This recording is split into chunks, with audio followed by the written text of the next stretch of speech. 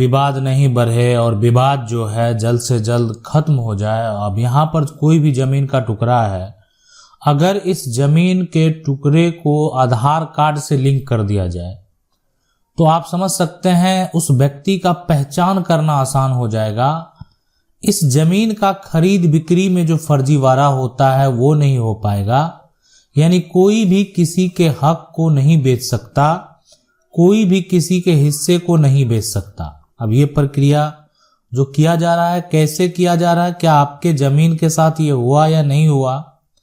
अब देखें, जमीन है, जमीन का जमाबंदी संख्या क्या होता है कि बहुत सारे जमीन हैं। जैसे आप इसको इस प्रकार से समझें, ये जमीन का पूरा टुकड़ा है, इसमें 4 हिस्सेदार हैं। अब इस 4 हिस्सेदार जो हैं, ये कहने का मतलब ये हो गया, ये परदादा के नाम से खतियान है, जमीन का जो खतियान दर्ज है वो परदादा के नाम से है। या हो सकता है जमीन खरीदा गया होगा तो जमीन का केवाला जो है वो परदादा के नाम से दर्ज है। अब इसमें जो है 4 हिस्सेदार हैं, एक हिस्सेदार नहीं है। अब 4 हिस्सेदार के नाम से ये अब जमीन जो है ये 4 टुकड़ों में बंट चुका है, ऐसे जो है यानी ये 4 टुकड़ों में बंट चुका है। अब ये जमीन का अगर बात करें, सबसे पहले इस पूरे जमीन का जो प्लॉट संख्या है, ये जो संख्या है वो 105 है, 105 नंबर का ये प्लॉट है। लेकिन 105 नंबर जो है 4 टुकड़ों में बंट चुका है और 4 हिस्सेदार में ये प्रॉपर्टी बंट चुका है। ये चारों हिस्सेदार के ये दादा हैं, ये चारों हिस्सेदार जो हैं जिनके नाम से खतियान है उनके ये दादा हैं या उनके ये परदादा हैं, जो भी हैं, यानी परदादा भी बोल सकते हैं। ठीक है, अब यहां पर देख सकते हैं कि अब क्या हुआ, ये 4 हिस्सेदार में जो जमीन का टुकड़ा अलग अलग किया गया तो सभी को जमीन का जमाबंदी अलग अलग दे दिया गया। यानी इसको दिया गया 1352, इसको दिया गया 135, यहां पर 135 जो है यहां पर 3, इसको दिया गया 1354, इसको दिया गया 1355। तो अब यानी 1352, 1353, 1354, 1355 ये सभी चारों हिस्सेदार का अलग अलग जमाबंदी हो गया। और जमीन का जो प्लॉट का संख्या है वो 105 है, चारों हिस्सेदार का तो प्लॉट वही है। जमीन का अगर मैप देखेंगे, नक्शा देखेंगे, वो जमीन अभी इसी तरह से है मैप में, लेकिन अभी ये जमीन 4 टुकड़ा में बंट चुका है और 4 टुकड़े में जो बंट चुके हैं चारों अलग अलग हिस्सेदार हैं। तो अब क्या हो जाएगा कि देखें, जमीन का अगर जमाबंदी को जमीन मालिक के आधार कार्ड और मोबाइल नंबर से अगर जोड़ दिया जाए तो क्या होगा। तो ये देखें, ये मालिक हैं, मान लेते हैं ये रमेश हैं और रमेश का जो आधार संख्या है और रमेश का जो मोबाइल नंबर है उससे अब ये टुकड़ा जो हिस्से का है वो रमेश का है। तो रमेश के नाम से ये टुकड़ा दर्ज होना चाहिए। इसका पता कैसे चलेगा? तो आधार कार्ड और मोबाइल नंबर इस टुकड़े में रमेश का दर्ज हो गया। ये प्रक्रिया करवाना बेहद जरूरी है। सरकार का भी इस प्रकार का जो पहल है वो एकदम सही है। इससे क्या होगा? इससे ये होगा कि धोखाधड़ी कम हो जाएगा। यानी कल को अगर किसी प्रकार का कोई भी धोखाधड़ी करता है तो जमाबंदी जो है वो लॉक हो जाएगा। गलत कर रहे हैं, लॉक हो जाएगा। तो इसका मतलब ये हो गया कि ये अनलॉक कब होगा? जब सही व्यक्ति इसको सही तरीके से इस्तेमाल करेगा।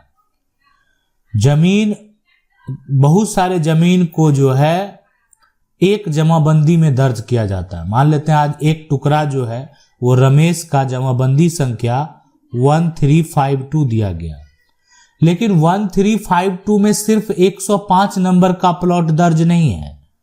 1352 में 116 नंबर का भी प्लॉट दर्ज है। ये भी 4 टुकड़ों में डिवाइड हुआ है। तो अगर किसी का जमाबंदी संख्या 1352 जो है ये क्या है, जमाबंदी संख्या, तो इसमें जमीन जो दर्ज होगा, एक तो आपको बता दिए 105 4 हिस्सों में बटा दर्ज हुआ, 116 को भी बांटे ये भी दर्ज होगा, ये 32 अगर है तो 32 भी दर्ज होगा। अब आप कहेंगे ये 32 में तो पूरा आ गया, नहीं बिल्कुल नहीं, इसका एरिया कम हो जाएगा। आपके हिस्से आपके जमाबंदी में इसका एरिया उतना ही होगा जितना इसमें रमेश का हक है। 24 को भी 4 हिस्सों में बांटा गया तो 24 भी रमेश के जमाबंदी में दर्ज होगा। 191 191 भी 4 हिस्सों में बांटा गया, ठीक है, तो ये भी रमेश के हिस्से में दर्ज होगा। अब यहां पर जो है 194 अगर है तो 194 को भी 4 हिस्सों में बांटा गया तो 194 भी यहां दर्ज होगा। उसके साथ 173 को भी, इसको भी 4 हिस्सों में जो है यहां पर बांटा गया। अब 173 को भी 4 हिस्सों में बांटा गया तो 173 भी रमेश के जमाबंदी में दर्ज होगा। अब ये सभी जमीन का जो हक है इसमें रमेश का अधिकार है।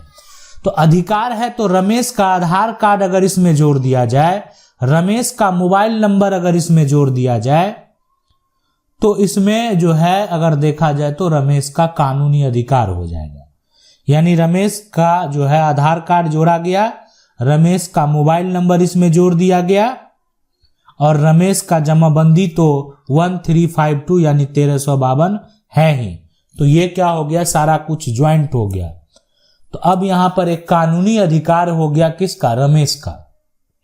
रमेश का क्या अधिकार हुआ, तो रमेश के साथ अब धोखा नहीं हो सकता, रमेश की जमीन को कोई बेच नहीं सकता, रमेश के जमीन पर कोई दावा नहीं कर सकता, इसीलिए कि अब इनका जमीन को जोड़ दिया गया है। अब सवाल उठता है कि आखिर आपको कैसे पता चलेगा कि आपका ये प्रक्रिया हुआ है कि नहीं है। यानी अब आप देखें कि अगर जो है रमेश के साथ कोई भी धोखाधड़ी होती है तो रमेश को ये अगर मान लेते हैं किसी प्रकार का कोई भी धोखाधड़ी अगर किया जाता है तो रमेश को ये कैसे पता चलेगा कि धोखाधड़ी हुआ है, तो ये पता चलेगा एसएमएस अलर्ट से, है ना। यानी तुरंत जैसे क्या होता है ना, बैंक से पैसा निकालते हैं और कोई मान लेते हैं गलत तरीके से निकालता है तो आपको लिख देता है कि नहीं आपके जो है अकाउंट में कोई जो है रॉन्ग पासवर्ड इंटर किया है। तो ये आसानी से जो है ना आप समझ सकते हैं कि बिना ओटीपी का कुछ भी नहीं होता है। आप अगर ओटीपी दे देते हैं तो आपके अकाउंट से पैसे भी निकल जाते हैं। तो इसलिए इसमें क्या होगा कि आप आसानी से देख पाएंगे कि आपके साथ धोखाधड़ी तो नहीं हो रहा है। धोखाधड़ी अगर हुआ तो ये आपको जो है तुरंत सूचना देगा, ठीक है। अब आपको है कि बड़ा सवाल ये है कि आखिर हमको कैसे पता चलेगा कि मेरा जमीन जो है वो आधार कार्ड से लिंक है या नहीं है। देखें, आप जिस राज्य से बिलोंग करते हैं, मान लेते हैं जो भी आपका राज्य है उस राज्य का जो भी पोर्टल है, यानी आप मान लेते हैं जिस राज्य से बिलोंग करते हैं, अब आपके राज्य सरकार के द्वारा अगर ये नियम लगाया गया है तो आप जाएंगे जो आपका अंचल कार्यालय है, ठीक है, यानी आपका जो अंचल स्तरीय है ना, जो राजस्व कार्यालय है उसमें आपको जाना है और वहां पर क्या करना है, आपको जाने के बाद ये पता करना है कि एक तो अंचल आप कार्यालय गए, है ना, कार्यालय, और वहां पर जो है जो अंचल गए, अंचल कार्यालय में जो आपका राजस्व कार्यालय है, ठीक है, वहां पर आपको ये पता करना है कि आपका जो जमीन है वो आधार कार्ड से लिंक हुआ है कि नहीं हुआ है। अगर आपका जमीन आधार कार्ड से लिंक होने का प्रोसेस आपके राज्य में हो रहा है तो आपको करवा लेना है। इसमें जो भी जमीन का रैयत है ना, समझ सकते हैं उनको कभी धोखा नहीं मिलेगा। तो रैयत जो है यहाँ पर धोखाधड़ी से बच पाएंगे, उनको किसी प्रकार का दिक्कत नहीं होगा। तो ये यहाँ पर जो है ये प्रक्रिया है, इसको समझना बेहद जरूरी है। इसमें आपको अपना एक मोबाइल नंबर देना है और उसके बाद आधार कार्ड देना है, ठीक है, ताकि जमाबंदी जो है आपका लिंक हो जाए। और लिंक होने के बाद जो है सारा जो इन्फॉर्मेशन है आपको जल्द से जल्द सारा कुछ मोबाइल पर देखने को मिलेगा। इसलिए कि यहाँ पर समस्या बहुत सारा ऐसा जमीन का जो जमाबंदी है जिसमें जमीन का रैयत जो है वो है ही नहीं, जीवित नहीं है। दादा के नाम से जमाबंदी चल रहा है, अब वो है ही नहीं इस दुनिया में, रैयत की मृत्यु हो चुकी है। तो आखिर उसका असली मालिक कौन है? कौन आकर उस जमीन को बेच दे? कोई फरीक बेच दे, कोई आप कह सकते हैं आपका कोई गोतिया है वो बेच दे, तो कोई हिस्सेदार अगर मान लेते जाकर बेच दे, बाद में आप लड़ाई लड़ेंगे, हक की लड़ाई लड़ेंगे, अधिकार का दावा करेंगे। उससे अच्छा है आपका जो अधिकार है उस अधिकार में अपना आप आधार कार्ड से अगर लिंक करा लेंगे तो कोई बेचेगा भी अगर जमीन तो अपना हक जो है ना सिर्फ वही बेच पाएगा। मान लेते हैं रमेश अगर बेचना चाहता है ना तो रमेश इतना बेच लेगा, और दूसरा जो रमेश का भाई सुरेश है ना वो हिस्से से अधिक प्रॉपर्टी को बेच ही नहीं पाएगा। तो ये प्रक्रिया, ये पहल काफी बेहतर जो है वो साबित होने वाला है। आशा करते हैं वीडियो अच्छा लगा होगा। वीडियो को लाइक जरूर कर दें।